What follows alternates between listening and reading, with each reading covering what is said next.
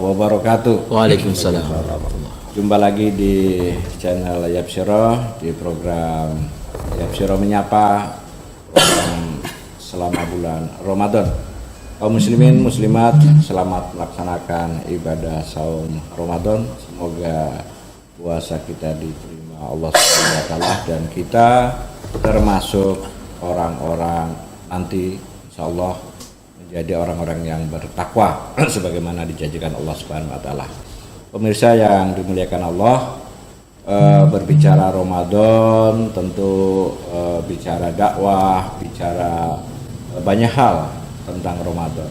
Nah, hari ini kita kedatangan tamu narasumber Yapsyiro Menyapa, Ustadz Ahmad Samsudin. Assalamualaikum Ustadz. Waalaikumsalam. Beliau ini anggota legislatif atau anggota DPRD Kabupaten Sorong Selatan dari fraksi Partai Keadilan Sejahtera 3 periode. Alhamdulillah. Ya tentu beliau selain jadi legislator juga tentu dai di Sorong Selatan dan sekitarnya. Yang satu Ustadz Dr. Ribut Purwojono. Assalamualaikum Ustadz. Waalaikumsalam. Beliau selain dosen di Uninda Kabupaten Sorong, juga sekarang ini ya Ustadz ya, Ketua Dewan Pakar PKS Provinsi Papua Barat Daya. Selamat. Bukan apa-apa itu. Ya tentu itu amanah yang juga. Jadi bukan kebetulan, Pak? Oh, bukan kebetulan.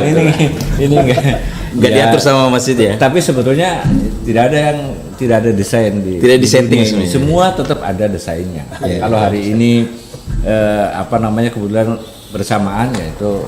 Tapi ini bukan panggung kampanye. Ini kita bicara soal dakwah. Allah yang desain. Ustadz, terutama Ustadz Ahmad ini yang sudah lama mukim di Timinabuan di Sorong Selatan yang dekat dengan salah satu komunitas atau lokasi tempat di mana orang asli Papua Muslim yang dari namanya saja sudah ada bau-bau Islamnya, Inan Waton. Mungkin apa artinya lupa? Kokoda. Ya kokoda, Inan Waton tuh penglihatan atau tanah yang pertama kali dilihat atau apa gitulah kira-kira. Di sana kan ya termasuk mayoritas kan sebelumnya. Dalamnya ada kokoda. Saya pernah dengar cerita beberapa tahun yang lalu. Orang kokoda Muslim gitu. Jadi di bulan puasa ketika itu dia juga puasa gitu, tapi sambil asik ngerokok. Loh, kamu nggak puasa? Puasa. Loh, ngerokok? Puasa kan cuma dilarang makan dan minum gitu. Nah, apa yang ingin saya tanyakan? Artinya, jadi memang pemahaman karena mungkin pertama jarang kesentuh dakwah ya, jarang berinteraksi dengan orang luar zaman itu tahun-tahun 2000-an awal itu. Ya tentu karena minimnya sarana komunikasi, ilmu dan sebagainya sehingga banyak ajaran-ajaran syariah yang justru sekarang banyak ketimpa tradisi atau adat. Nah, ini yang ingin saya tanyakan tentu ke Ustadz Ahmad Samsudin yang lama di sana. Ini seperti apa sih gambaran masyarakat saudara-saudara kita Muslim di Kokoda, di Inan Waton atau daerah sekitarnya itu? Baik. Terima kasih. Assalamualaikum warahmatullahi wabarakatuh. Waalaikumsalam. Sebuah kehormatan dan kebahagiaan bagi saya bisa ada dalam podcast ini, wawancara ini pertama kali. Ya mungkin dalam sejarah itu saya bisa hadir di forum ini dan juga sebuah kehormatan karena mungkin barangkali Mas Har yang bisa panggil saya Ustadz. Kalau di sana Ustadz itu saya hanya di belakang Ustadz. Secara umum kan guru. Iya. Ustadz juga guru minimal guru bagi anak-anaknya, kemudian guru bagi sekitar. Tapi di keseharian memang tidak dipanggil Ustadz gitu, hanya yang biasalah mengendorse teman-teman dai di sana menjadi sering berdiskusi dengan teman-teman dai di sana dan juga terlibat di beberapa ormas-ormas keislaman ya. Ya punya perhatian lah juga ke dunia dakwah dan pendidikan khususnya di Sorong Selatan. Kemudian juga sebuah kebahagiaan dan ya bisa satu forum dengan mentor kami ini Pak Doktor Ribut. Ternyata beliau juga punya keluarga di Sorong Selatan, Pak. Ya. Ada. Alhamdulillah. Ya, mudah-mudahan ini bisa menjadi forum diskusi kita untuk memberikan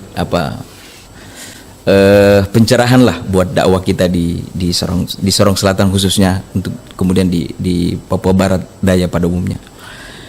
Kalau mau berbicara dakwah di Sorong Selatan memang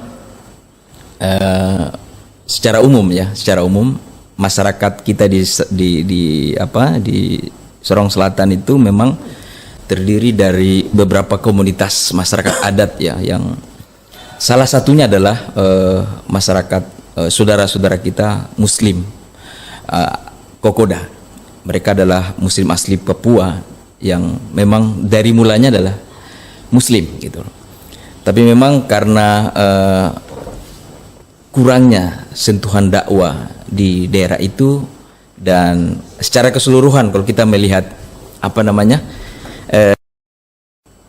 tingkat pendidikannya di Sorong Selatan, memang kita termasuk daerah yang dengan tingkat IPM yang mungkin keempat terendah di Papua Barat ya, keempat terendah di Papua Barat, sehingga dan yang menjadi kontributor paling terbesar dari IPM yang rendah itu salah satunya memang adalah dari daerah Kokoda ya, salah satu daerah yang terletak di pesisir selatan dari Kabupaten Sorong Selatan. Oleh karenanya saya bersama teman-teman beberapa tahun ini Pak Ribut itu menginisiasi beberapa ormas-ormas Islam untuk kemudian mengajak untuk membuat sebuah peta dakwah yang sama gitu, untuk bagaimana gerakan dakwah itu tidak sifatnya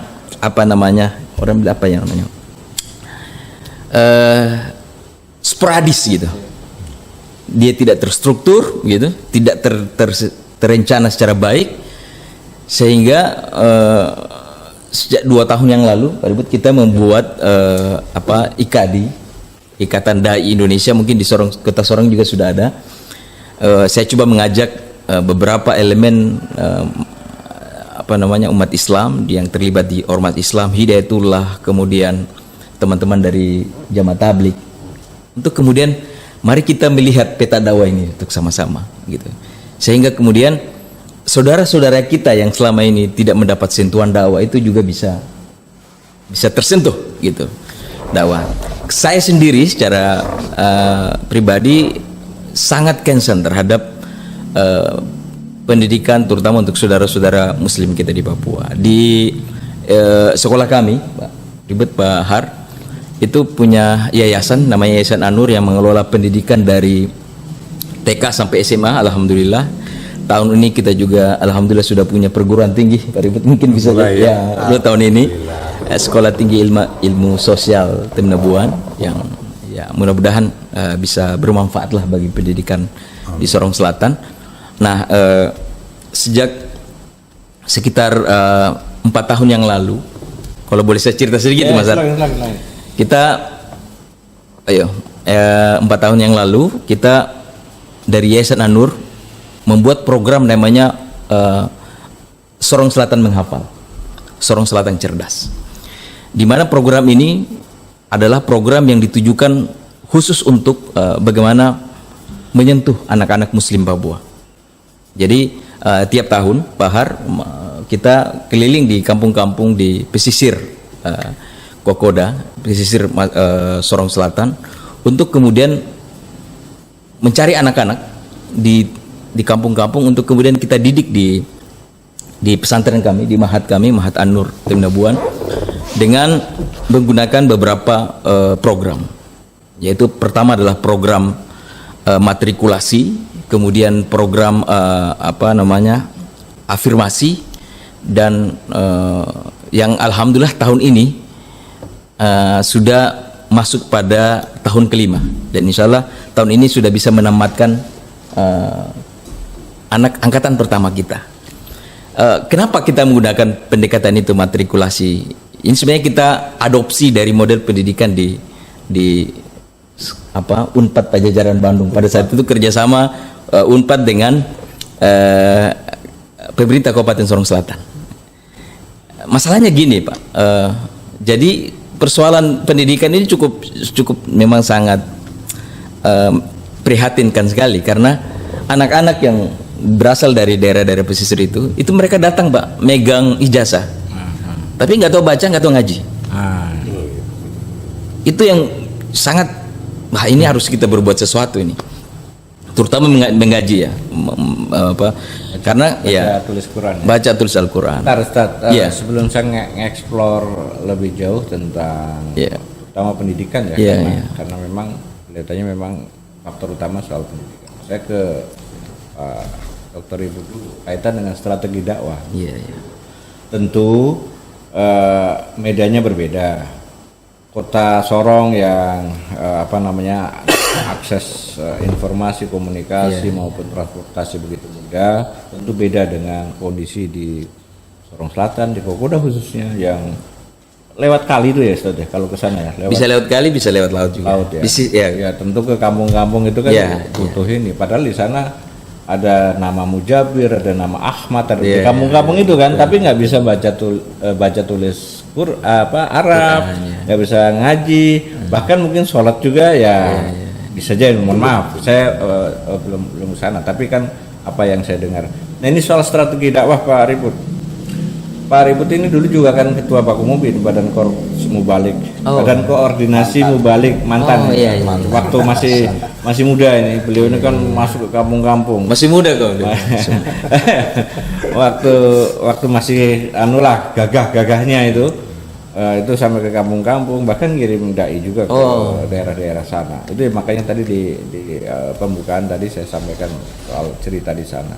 Nah strategi dakwah Pak Ribut yang harus dipakai di sana seperti apa? Kan kita ini terbiasa tadi digambarkan Ustaz Ahmad itu sporadis, reaktif, kerumunan, tidak tertata rapi, akhirnya kan gampang sekali ditembak gitu. Bukan dalam kurung ya, dalam tanda petik ya. Dalam tanda petik. Sehingga kan gampang dipatahkan dan sebagainya. Nah, strategi dakwah seperti apa untuk daerah-daerah seperti yang digambarkan Ustaz Ahmad tadi? Baik, Assalamualaikum warahmatullahi wabarakatuh. Waalaikumsalam warahmatullahi. Terima kasih Mas Sar. Sebelum mengomentari Rizal, saya ingin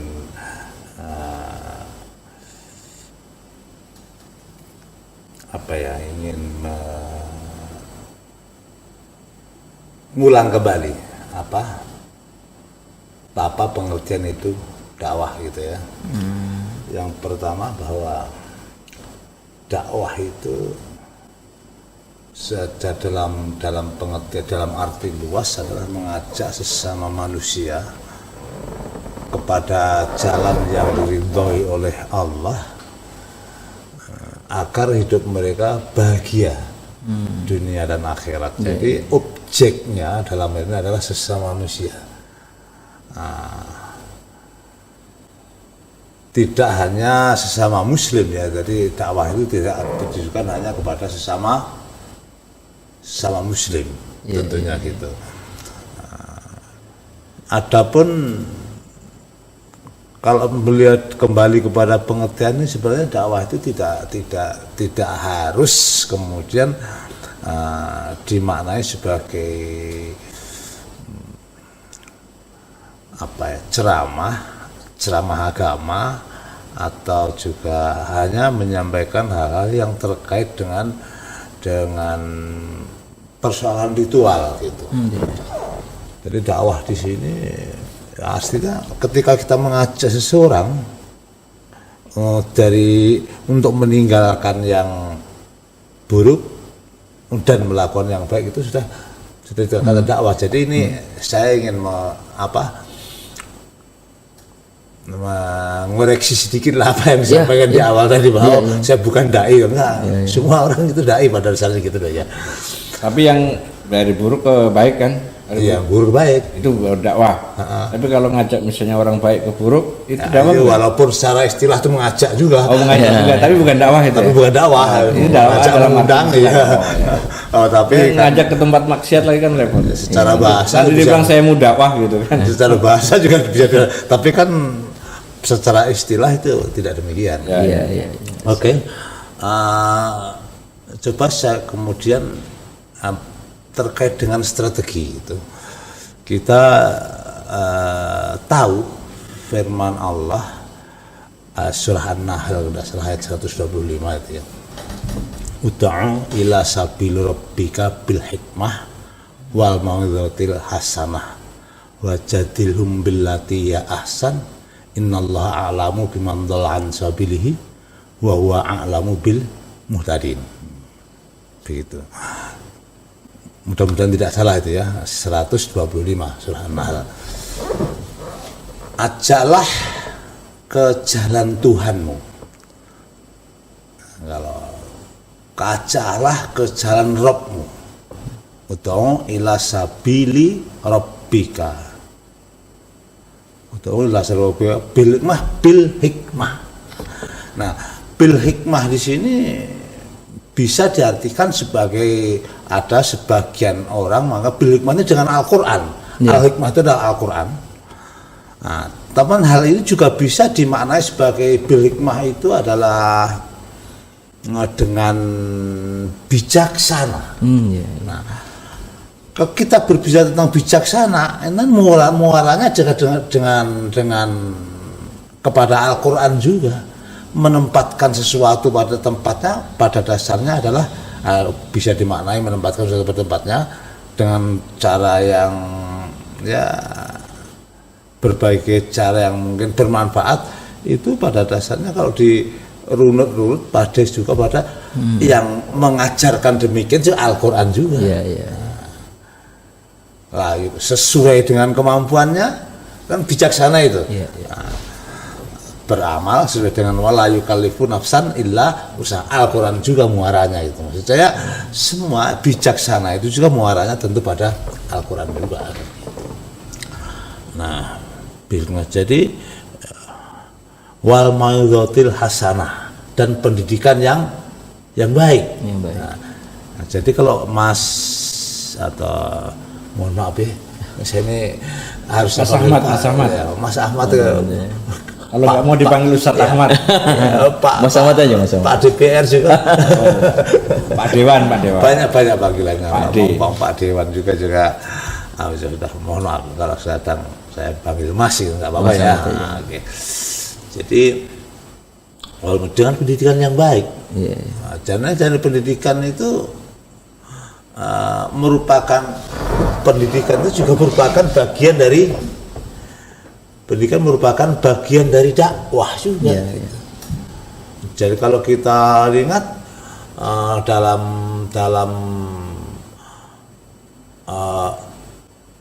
sejarah pendidikan Islam itu dimulai dari Al-Arqam, dari rumahnya Arqam gitu. Dan rumahnya, dan di situ dalam sejarah pendidikan juga seperti itu pendidikan Islam pertama. Jadi dengan demikian itu sebenarnya antara dakwah dan pendidikan itu merupakan dua hal yang seperti apa ya, sisi mata uang kan gitu. Dua sisi mata uang. Nah, terkait dengan strategi memang itulah. Oke, saya sampai di saya lanjutkan dulu ya ayat tadi, wal wajadilhum billati hiya ahsan, dan berdebatlah kamu dengan cara yang baik. Jadi debat juga merupakan salah satu jalan dakwah gitu. Berdebat itu sebenarnya. Tapi berdebat dengan cara yang baik. Wajadilhum billati hiya ahsan innallaha a'lamu biman dhalla an sabili, sesungguhnya Allah Maha mengetahui siapa yang tersesat dari jalannya, wa huwa alamu bil muhtadin dan muhtadin, dan sesungguhnya dia juga maha mengetahui terhadap siapa yang mendapatkan petunjuk. Oke, sekarang kita kembali ke strategi. Terkait strategi, melihat ayat tadi dengan bijaksana berarti memang harus dilakukan perlahan juga. Rasulullah juga mau Allah juga gitu mau menurunkan larangan minuman keras juga bertahap gitu ya. Mulai dari qul fihima ismun wa manafi'u linnas, tentang arak kan. Yas'alunaka inal khamri wal maisir, mereka bertanya kepada antum tentang arak dan judi gitu kan, tentang arak judi. Qul fihima ismun wa manafi'u linnas, pada keduanya ada dosa dan ada juga manfaatnya. Wa naf'ihima akbarun wa ismuhuma akbarun min naf'ihima. Jadi kemudian pertama kan itu artinya belum dilarang sama sekali minum minuman keras. Gitu. Pada kedua jangan mendekati sholat. Ketika kamu mabuk, artinya ketika tidak mau sholat, ya boleh-boleh aja mabuk. Gitu. Ketika nanti sudah siap, baru turun inamal khamru wal maisiru wal ansabu wal lamu rejisun min amalis syaitan. Najis kecil dari perbuatan syaitan. Jadi melihat ini bahwa memang dakwah harus dilakukan secara bertahap, menyesuaikan dengan keadaan. Itu tapi bukan berarti bahwa dakwah itu harus mengikuti tradisi begitu ya. Sebab ada ketentuan bahwa muradatul adatu wal arafu fima la yukhalifu syar'an. Adat itu yang bisa diterima gitu. Orang juga bisa diterima selama tidak menyalahi aturan syariat. Prinsip-prinsip syariat. Ya, prinsip saya menyalahi prinsip syariat, tidak seperti saya ingat pepatah Minang, adat bersendi syarak bersendi kitabullah, mestinya begitu. Iya. Jadi walaupun kan secara bertahap adat yang kemudian tidak sesuai dengan ajaran, tidak sesuai dengan prinsip syariat, pelan-pelan memang harus diberikan pengertian. Nah, jangan seperti mohon maaf ini saya di beberapa tempat ya seolah atas nama adat kemudian menggusur syariat, itu jangan begitulah. Kan sering terjadi seperti itu. Atas nama adat ini tradisi. Mungkin perlu dipertegas tadi ya Pak Ribut ya soal adat itu, soal tradisi terutama. Ya, tradisi atau adat istiadat. Kan selama ini kan sering dibentur-benturkan kan antara adat dengan adat budaya dengan budaya lokal lah ya, dengan syariah, dengan agama, dengan Islam gitu. Jadi penegasannya sebetulnya tradisi, adat, budaya itu tidak masalah sepanjang tidak bertentangan dengan syariat. Clear di situ ya. Soalnya kan sering berbenturan di mana-mana. Ya, kalau terutama kan ya di kalangan aktivis justru kan yang sering budaya juga kan gitu. Itu kan Islam bukan anti budaya ya. Tapi di sini tetap ada kontrol gitu bahwa harus tidak bertentangan dengan syariat. Menurut saya begitu.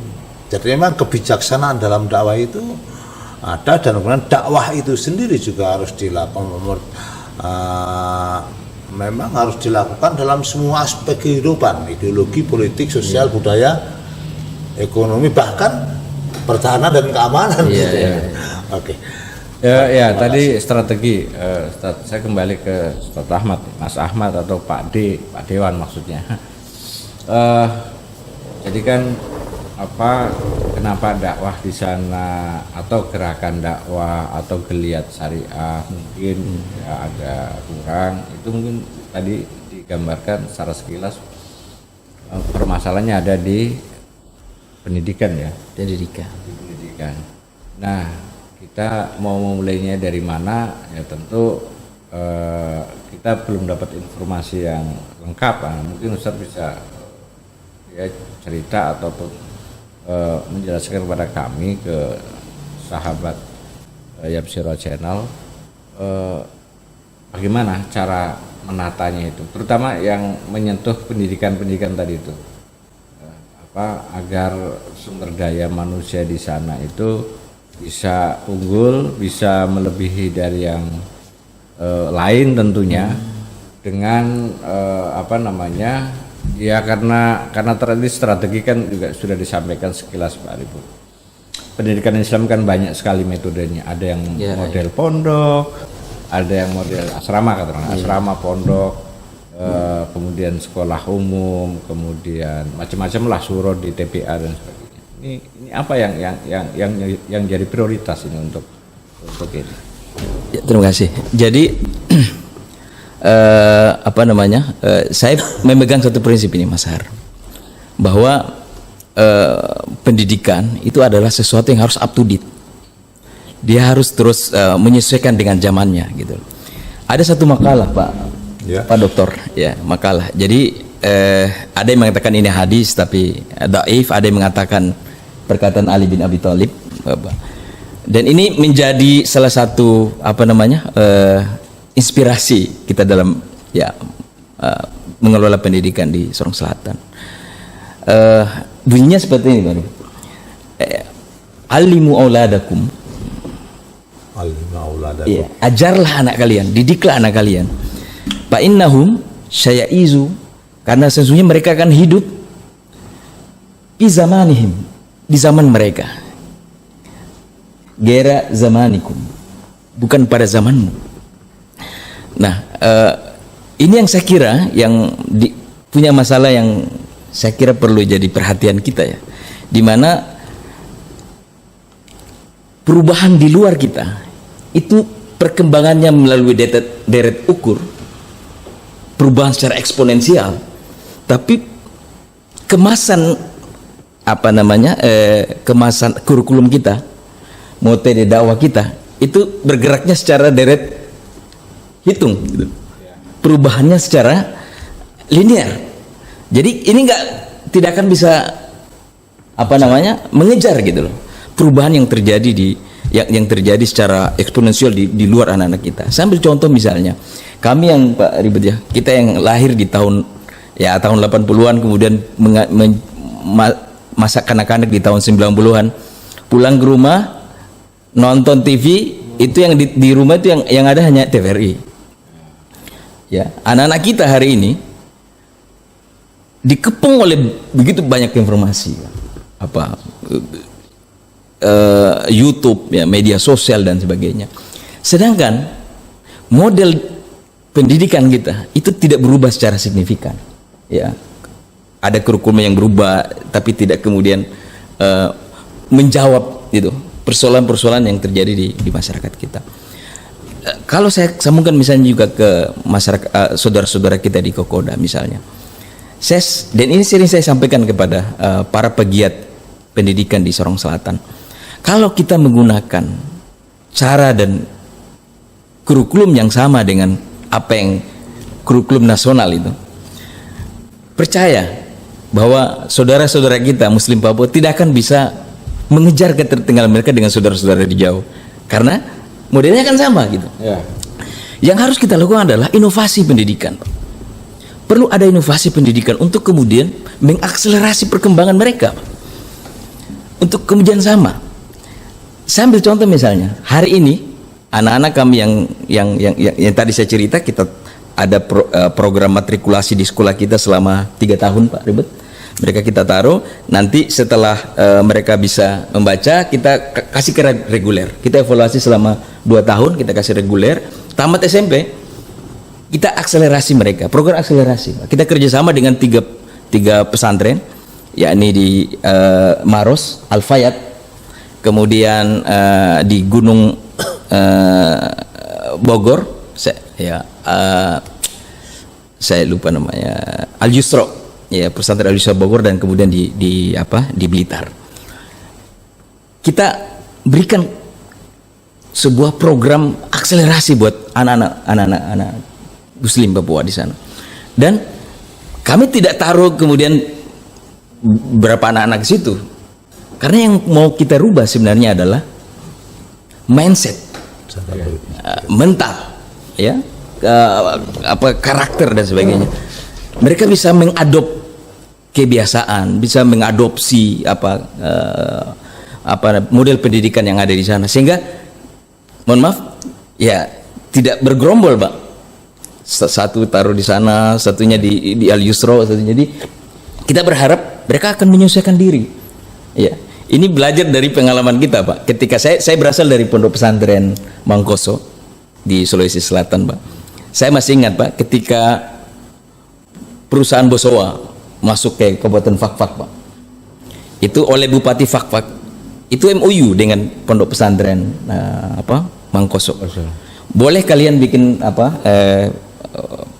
Bosowa pabrik pabrik ini Bosowa semen di Fakfak. Tapi anak-anak kita tolong sekolahkan di Sulawesi Selatan. Itu program itu, Pak, berjalan sekitar 5 tahun. Tapi karena yang mereka tidak punya konsep yang bagus, hari ini, Pak, program itu terhenti. Jadi mereka kirim 50 anak gitu ke sana. Yang terjadi mereka tidak akulturasi budaya, tapi justru sebaiknya ya, justru mereka membangun budaya baru di sana. Nah, gitu. Jadi kemudian hari ini program terhenti. Ya ini semua yang kemudian membuat kami coba melakukan inovasi-inovasi model pendidikan untuk sekali lagi mengakselerasi kualitas anak-anak Muslim Papua di sana. Ya, anunya di transformasi budaya itu. Transformasi budaya. Kalau kita semua ngelihat Jawa itu antara pesisir dengan daerah tengah, pesisir sepanjang pesisir Jawa dengan daerah tengah Jawa itu kan pegunungan semua itu, sama selatan itu yang juga pesisir itu beda sekali kulturnya. Yang utara karena dia berinteraksi dengan budaya luar, dengan Arab, Cina, Eropa dan sebagainya, mereka cepat maju karena berinteraksi dan menyerap gitu. Yang di tengah itu rata-rata orang gunung, petani, pekebun, selatan. Ya adalah tentu kita tidak bisa menggeneralisir juga, tapi yang jelas itu mempengaruhi karakter. Nah, ke dakwah ini Pak Ribu, kan Islam itu ya turun itu sebagai sebuah disrupsi ya. Disrupsi itu perubahan yang cepat, mendadak, cepat dan terus menerus gitu. Sama dengan sekarang. Ini kan era disrupsi juga, era disrupsi teknologi terutama ya. Jadi kalau misalnya enggak menyesuaikan akan ketinggalan. Nah, di zaman itu Islam turun ya sebagai sebuah disrupsi budaya di situ. Nah, ini kan sebetulnya kalau tadi kita kembali ke Sorong Selatan, ke daerah-daerah terpencil yang itu kan sebetulnya bukan disrupsi lah, artinya kan memang itu butuh tahapan-tahapan. Nah, kembali ke prioritas kalau dari sisi strategi Pak Ibu, prioritas kira-kira yang paling ya soal hasil tuh Allah yang ini ya, tapi soal ikhtiar kita semualah yang bersaudara untuk memajukan saudara-saudara kita di sana dari sisi budaya, dari sisi ekonomi, sosial, politik, pendidikan terutama. Nah, yang jadi prioritas dalam strategi dakwah itu ke depan seperti apa kira-kira menurut pandangan Pak Ribut? Oke, saya sebelum itu saya ingin menanggapi tadi Mas Ahmad ya, Pak Dewan, bahwa tadi dinyatakan bahwa pendidikan itu menyiapkan generasi untuk menghadapi tantangan pada zamannya. Katakan yang terjadi akan selalu itu. Jadi jadi dalam hal ini bagian juga dari strategi dakwah, Mas. Kehadiran inovasi pendidikan itu sangat penting gitu. Dan pendidikan harus mampu meneropong masa depan gitu ya. Terkait dengan tadi apa Mas yang Mas tanyakan tadi? Ya prioritas lah. Prioritas. Oke.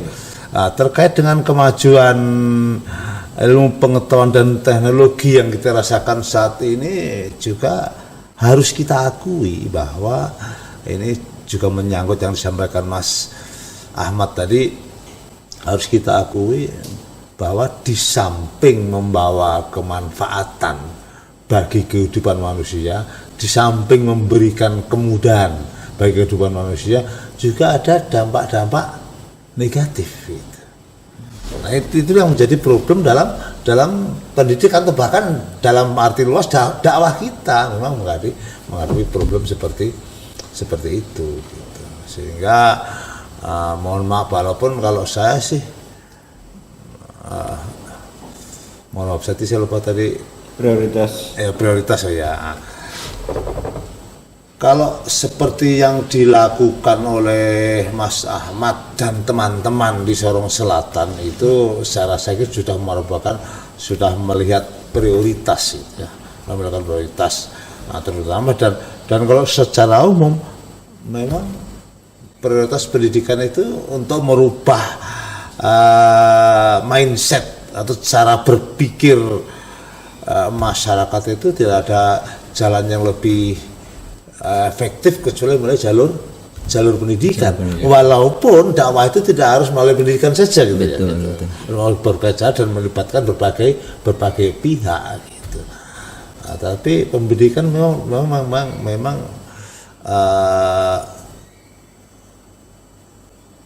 jalur yang paling strategis menurut saya gitu. Nah, dan saya salut dengan apa yang dilakukan Mas Ahmad dengan teman-teman di Sorong Selatan terkait dengan dakwah yang dilakukan di Inan Watan itu ya. Inan Watan itu Pemuda. Sama lah, hampir sama ya gitu. Dekat-dekat lah. Kalau dulu kan satu distrik. Iya. Jadi menurut saya memang harus banyak inovasi. Iya. Sebagaimana dakwah pendidikan, dakwah itu juga harus bahkan dakwah dan pendidikan itu ya dua sisi mas tulang tadi. Saya ingat Mas Ar, mohon maaf ini. Saya ingat ada futurolog yang katakan begini, Mas Ar. Kalau Anda ingin sebuah peradaban masyarakat itu bertahan gitu, invest sebanyak-banyaknya di bidang pendidikan, perekonomian. Kalau dia. Tapi kalau Anda mau sebuah peradaban masyarakat itu maju, invest sebanyak-banyaknya, resource sebanyak-banyaknya di bidang teknologi. Tapi kalau Anda mau sebuah peradaban masyarakat itu mengalami masa kemasan, gak ada jalan lain, Pak. Kita harus invest sebesar-besarnya di bidang pendidikan. Mungkin begitu. Jadi ini sebuah investasi jangka panjang yang mungkin hari ini tidak bisa kita tidak bisa kita rasakan, Pak. Ya. Kita mungkin tidak mendapatkan tepuk tangan di hari ini. Bahkan saya sering mengatakan ke teman-teman di seperjuangan di sana, mungkin bahkan kita tidak akan mendapatkan tepuk tangan sampai kita meninggal bahkan, karena pendidikan adalah kita menanam sebuah investasi jangka panjang gitu. Ini jangka panjang yang tidak dan harus continue ya. Konsistensi itu. Continue dan konsisten. Saya ingat satu kata siapa, jika besok kamu tahu bahwa besok itu kiamat. Iya. Hari ini ada benih di tanganmu, maka tanam benih itu. Iya. Itu kaitannya dengan masa depan. Pendidikan harus melakukan harus di antara pendidikan, di antaranya pendidikan harus memegang prinsip ini. Filosofi itu ya. Saya ke Ustaz Ahmad. Iya. Ini tahun politik ini, jadi saya mau nanya. Siap. Kebetulan ketua Partai Keadilan Sejahtera DPD Kabupaten Sorong Selatan. Iya. Tahun depan maju lagi nggak, Ustaz? Sepertinya akan kembali ke barak. Kembali ke barak. Jadi pesan saya itu memang di bidang pendidikan, Mas. Nah, justru menariknya di sini nih, Pak. Justru menariknya gini. Selama beberapa tahun, beberapa periode lah. Ya saya bisa sebut beberapa karena lebih dari satu kan. Sudah menjalankan dakwah lewat struktur. Iya. Parlemen, eksekutif, apa itu kan struktur, dakwah struktur sebenarnya. Struktural. Mau jadi anggota DPR, jadi bupati, kepala daerah, jadi hakim, itu kan dakwah struktur. Iya. Eksekutif, legislatif, yudikatif. Iya. Nah, ini beliau ini sudah melaksanakan dakwah di Struktural. Oh tiba-tiba mau kembali ke kultur Iya, gitu loh. kultur. Ini kan kultur kalau yang pendidikan ini kan Iya, iya, dakwah pendidikan Kultural, yang iya. di luar itu Iya, kan iya. dakwah kultural. Apakah sebegitu tidak efektifkah dakwah struktural begitu Ustaz? Kira-kira jawabannya apa? Ya? Jadi kami di PKS sendiri, Mas Ar, mungkin Pak Ribut yang sudah ada di dalam ya, internal, itu melihat apa namanya struktur dan itu tuh sebagai ini saja wasilah, gitu, bukan sebagai gaya, bukan sebagai tujuan, gitu, bukan sebagai tujuan. Nah, karena kita ini kader, Pak, jadi seperti orang ini mungkin Pak Ribut seperti orang apa gantian main sepak bola, Pak. Ya. Ya, jadi ada pemain cadangan masuk, kemudian menggantikan kita yang sekarang lagi main di tengah lapangan. Jadi saya kira itu bisa saja. Dan saya memang sebenarnya passion saya, Pak, itu memang di pendidikan. Apa passion kan sebenarnya bukan kenikmatan kan? Passion itu kan pasio. Kita bisa memberikan, kita mau berkorban untuk itu dan sebagainya. Dan saya merasa bahwa ya dunia saya memang ya saya lebih concern di. Tapi bukan di karena pendidikan. frustasi di struktur kan ya. Artinya dakwah strukturnya enggak tuntas-tuntas gitu. Enggak Dunia juga. pendidikan enggak tuntas-tuntas, dunia dakwah enggak tuntas. Ini hanya aja ganti pemain saja. ya. Ganti Menepi pemain sebentar saja. gitu Ya, menepis sebentar untuk apa namanya? Kalau saya boleh menyampaikan, walaupun kemudian itu adalah sebuah pilihan, Iya. bahwasannya kemudian beliau lebih akhirnya akan kembali ke Kultur. apa yang beliau. Kalau saya bilang tidak selalu kultur juga lah. Iya. Ada struktur juga dalam masuk bagian dari struktur juga sebenarnya. Harus diakui itu ya gitu loh. Bahwa kalau kembali ke bidang lokal, saya lebih suka menyebutnya jalur gitu loh. Jalur ya. Itu jangan kemudian dimaknai bahwa dakwah di jalur pendidikan itu lebih baik daripada di jalur politik, jangan dimaknai seperti itu. Iya. Ya, itu memang menyesuaikan dengan keadaan saja. Iya. Nah, karena dakwah itu sendiri sebagaimana dicontohkan oleh Rasul itu memang meliputi seluruh aspek kehidupan sebagaimana dikatakan di depan tadi ya. Seluruh aspek kehidupan. Bahkan tidak hanya pendidikan saja, tidak hanya pendidikan. Iya. Harus jaga juga. Pendidikan itu sendiri, bahkan dakwah di bidang apapun itu kalau nanti kulturnya, strukturnya itu kalau akan terpengaruh juga dengan kebijakan yang dilakukan oleh kekuasaan lah misalnya gitu. Ada dampaknya itu harus diakui bahwa itu punya dampak terhadap. Iya, saya sedang tidak ini sebenarnya tidak membenturkan antara dakwah Struktural, kultural. Cuma itu tadi apakah saat ini gitu berasa kurang efektifkah dakwah struktural gitu sehingga ya mau tidak mau kultur harus diperkuat. Ini kan sebetulnya ya pilihan tapi bukan pilihan juga sih. Mas Ar, dua-duanya harus sama sih. Mas Ar, gini ya, 15 tahun di DPR, Mas. Saya yakin siapapun akan mengalami kondisi kejiwaan Pak itu ya. Jenuh dan kemudian apa namanya ya. Saya mungkin sedikit ya Pak Mas Ar, kalau saya boleh cerita ya. Saya selalu bilang sama teman-teman, kalau Anda ingin melakukan sebuah perubahan yang besar, tempat Anda bukan di DPR, Pak. Anda lari ke eksekutif, Pak. Karena perubahan yang di legislatif itu 0,0%, Pak. Ya. Itu pengalaman saya. Artinya 15 tahun, hampir 13 sekarang masuk ke tahun saya ke-14 tahun saya di DPR ya. Seperti itu, Pak. Saya ada ide-ide yang besar yang ya barangkali kita propose ke pemerintah daerah dan sebagainya. Tapi karena ya kita bisa bayangkan misalnya dengan Undang-Undang 23 yang sekarang ini saya masuk ke sini lagi nih Pak.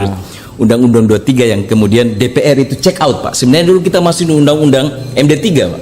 Gabung dengan rumpun DPRD, DPD dan sebagainya. Tapi sejak 2014 kita check out dari Undang-Undang MD3 dimasukkan dalam rumpun Undang-Undang 23. itu menurut saya ya eksekutif begitu sangat kuat. Bisa bayangkan ya, keseluruhan perencanaan mulai dari visi misi bupati itu akan bagi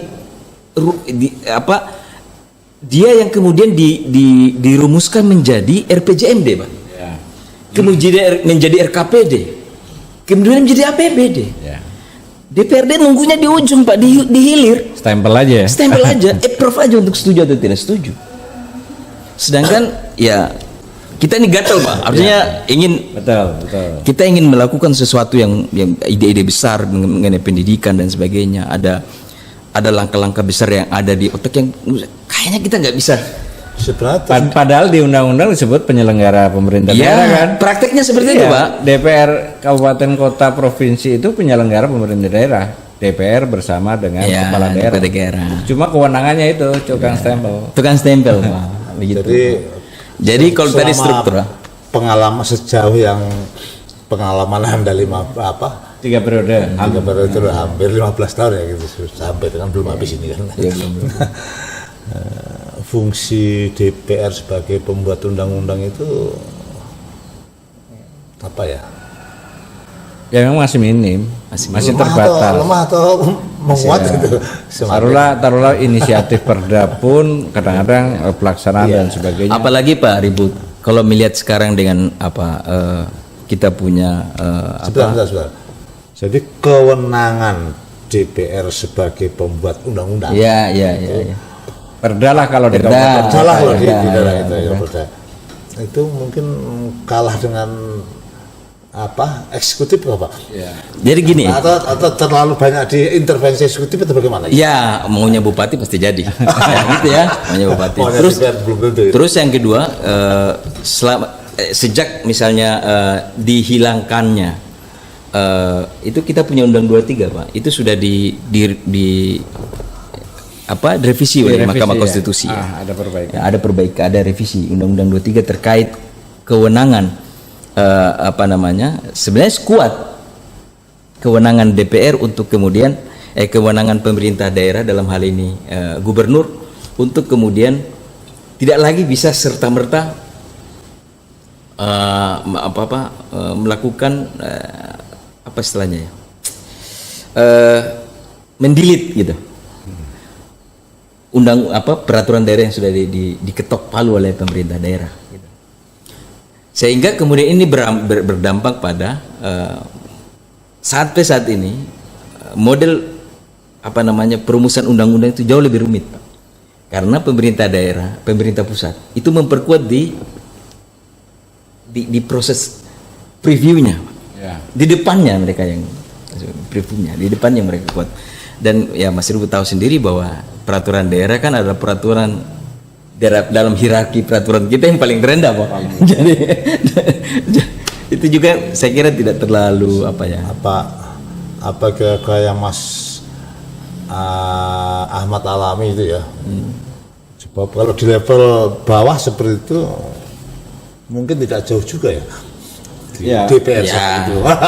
Sudah dari hierarki sudah paling rendah, kemudian kewenangannya juga terbatas, terus mungkin produknya juga bisa dihitung dengan jari yang kaitannya dengan kebijakan-kebijakan yang tadi digambarkan sebagai sebuah strategi dakwah pendidikan dan sebagainya. Mungkin itu ya ini PR buat kita semua tentunya. Dan juga untuk teman-teman yang mau nyalek tentunya di tahun politik ini supaya tetap optimis. Kalau misalnya nanti yang masuk ke sana orang baik-baik semua seperti Ustadz ini kan bisa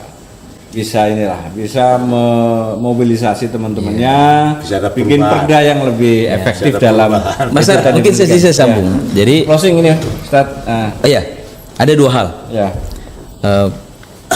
Alhamdulillah saya punya lembaga LP2M, Pak. Lembaga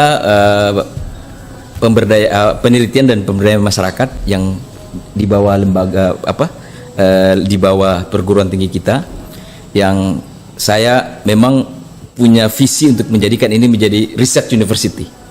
Saya menggandeng teman-teman di UGM, ketua LPDM saya itu lulusan dari Macquarie University di Sydney, Australia, PhD beliau, Pak Sudiana Sasmita.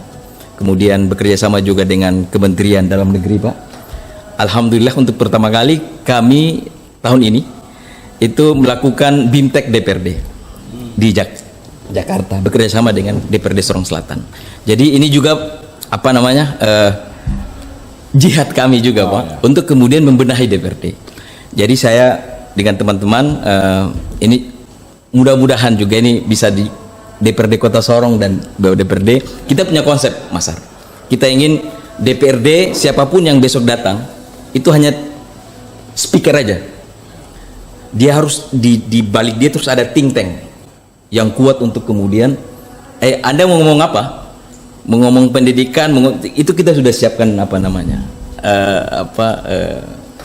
Orang akademisi yang bisa menjadi think tank buat mereka. Sehingga saya berharap, saya selalu mengatakan dalam ruangan itu, mengubah 20 orang di ruangan ini, kita akan bisa mengubah daerah. Karena inilah pengambil kebijakan, Pak.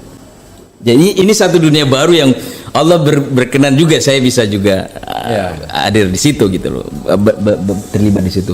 Dan terakhir, Mas Ar, Pak Ribet, ini saya harus menyampaikan ini ya, karena saya kenapa terlibat di pendidikan, barangkali ini menjadi salah satu apa namanya hal yang sangat mengena gitu. Saya kok melihat kenapa generasi Islam dulu itu mengalami masa kejayaan. Ya, kita ada masa kekhalifahan ya yang sangat luar biasa, itu menjadi sangat luar biasa.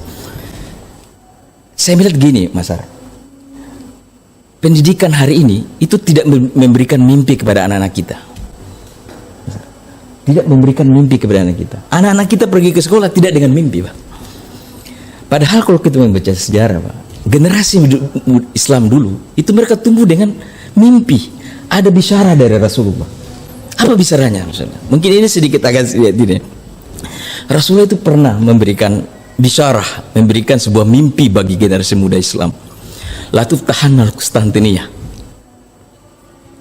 Kamu suatu saat itu akan menjadi apa namanya, akan membuka peradaban di Konstantinopel.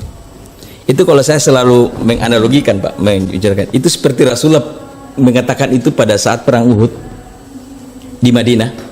Itu seperti ketika saya mengatakan ini di Timnabuan, Pak, pada saat Emperor Romawi dan pada saat ini Eropa dan Amerika, itu kan sebenarnya Rasulullah sedang mendidik generasi Islam. Kamu boleh tinggal di Timnabuan, kamu boleh tinggal di Kokoda, tapi mindset Anda harus mindset global, Pak. Karena apa? Ini bicara Rasulullah. Palani mal amiruha. Karena yang sebaik-baik pemimpin adalah pemimpin pada zaman itu. Palani mal jais salikal jais.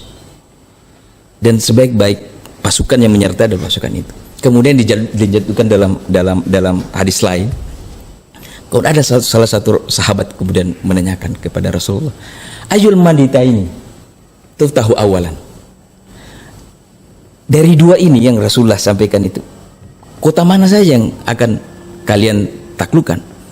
Rasulullah mengatakan Madinatu Hirakillah, kota Hirakilus. Artinya apa? Nabi menyisakan satu bagian daripada hadis ini, bahwa masa kejayaan itu bukan hanya milik masa Muhammad Al-Fatih yang 800 tahun kemudian masuk ke gerbang Konstantinopel dan kemudian berteriak Rasulullah tidak pernah berbohong. Tapi Rasulullah menyisakan untuk kita, Pak. Dan ini penggalan hadis yang harusnya diajarkan di sekolah-sekolah, Pak. Sehingga anak kita itu, Pak, istilah saya gini, mereka ke sekolah itu lompat dari tempat tidurnya bahwa ingin menjemput penggalan dari Palanikmal amiruha. Kalian akan menjadi pemimpin terbaik, dan sisa bagian itu adalah Madinatul Rum, kota Eropa saat ini, Pak. Dan waktu itu akan saya kerjasama, Pak Har, saya kerjasama dengan salah satu lembaga pendidikan di Depok, namanya Excellent Institute, yang memberangkatkan anak-anak ke 3 negara, Prancis, Jerman, dan Turki. Kita MOU sama mereka, dan ketika saya diskusi saya mengatakan gini, kenapa saya datang ke tempat Bapak? Karena saya yakin the next Muhammad Al-Fatih itu itu dari Papua. Oke, Ini- kayaknya apa namanya cerita tentang mimpi-mimpi ini kita bisa lanjutkan di Siap. episode selanjutnya ya, Pak Ribet ya. Iya. Di episode Tapi berikutnya. intinya gini Mas, sebelum Ya. sebelum closing, intinya adalah bahwa pendidikan sebenarnya tidak sekedar kita memberikan kurikulum, Ya. tapi yang jauh lebih penting adalah memberikan mimpi untuk Ya. anak-anak generasi muda Islam, bahwa mereka bisa bermimpi jauh lebih besar, walaupun itu tadi tinggal di tim Labuan, tapi mindset hanya Ya, mindset baik. Ustaz, Terima kasih. nanti kita sambung cerita tentang mimpi-mimpi Siap. anak-anak kita yang dengan perkembangan teknologi, dengan Siap, disrupsi yang kita hadapi sekarang ini bisa menjadi pemimpin-pemimpin di masa depan, terutama dari saudara-saudara kita di Sorong Selatan. Ustaz, terima kasih Ustaz Ahmad, Jazakallah. Pak Dr. Ribut. Nanti kita akan sambung di episode berikutnya. Assalamualaikum warahmatullahi wabarakatuh. Waalaikumsalam warahmatullahi